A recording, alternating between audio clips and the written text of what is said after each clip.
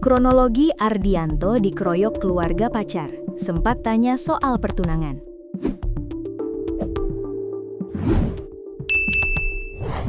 Kronologi pria di Pulau Taliabu, Maluku Utara bernama Ardianto, diduga dikeroyok keluarga pacar, berawal dari menanyakan soal hubungan pertunangannya. Dugaan pengeroyokan yang dialami warga desa Kasango, Kecamatan Taliabu Barat Laut, Pulau Taliabu, Maluku Utara itu terjadi di kediaman sang pacar pada Jumat, 16 bulan 1 2026. Ardianto langsung melaporkan dugaan pengeroyokan tersebut ke Polres Pulau Taliabu pada hari yang sama.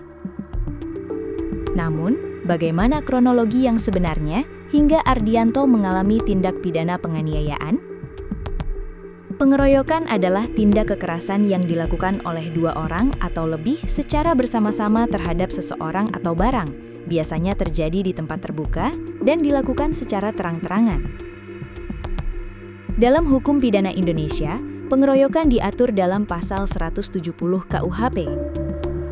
Kapolres Pulau Taliabu AKBP Adnan Wahyu Kasyogi menjelaskan kronologi berdasarkan keterangan korban, bahwa pada Jumat 16 bulan 1 2026, korban dan neneknya datang ke rumah sang pacar atas nama Sulistiani di desa Kasango. Tujuan bertamu itu dengan maksud untuk menanyakan hubungan pertunangan ke orang tua Sulistiani. Kemudian, orang tua calon mertua tanya ke anaknya, "Kamu masih mau lanjut hubungan dengan dia atau tidak?" Tapi perempuannya jawab sudah tidak mau. Alasannya katanya pria itu sudah punya pacar baru. Ungkap Kapolres Taliabu, sesuai laporan pengaduan korban, Sabtu 24 bulan 1 2026.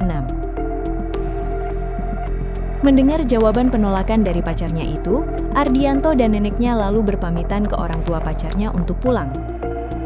Setelah keluar dari rumah orang tua pacarnya itu, langsung terjadi penganiayaan terhadap Ardianto, ujarnya.